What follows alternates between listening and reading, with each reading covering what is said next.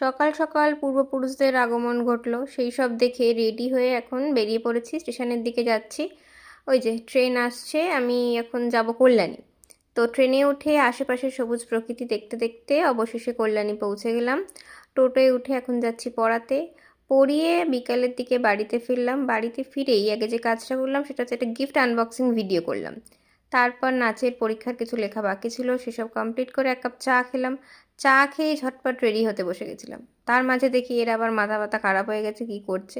যাই হোক, রেডি হয়েছিলাম কারণ বরযাত্রী ইনভিটেশন ছিল। রেডি হয়ে ঝটপট আমরা চলে আসলাম। এখানে বরও রেডি, রিচুয়ালস চলছে।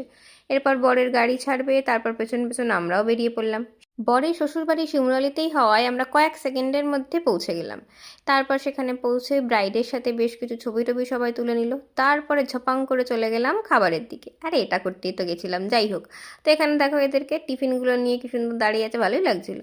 চারপাশে সুন্দরভাবে সাজানো হয়েছিল, সব কিছুর ব্যবস্থা খুব সুন্দর ছিল। আর আমি কোথাও যাবো আর ম্যাও থাকবে না, তাই হয়।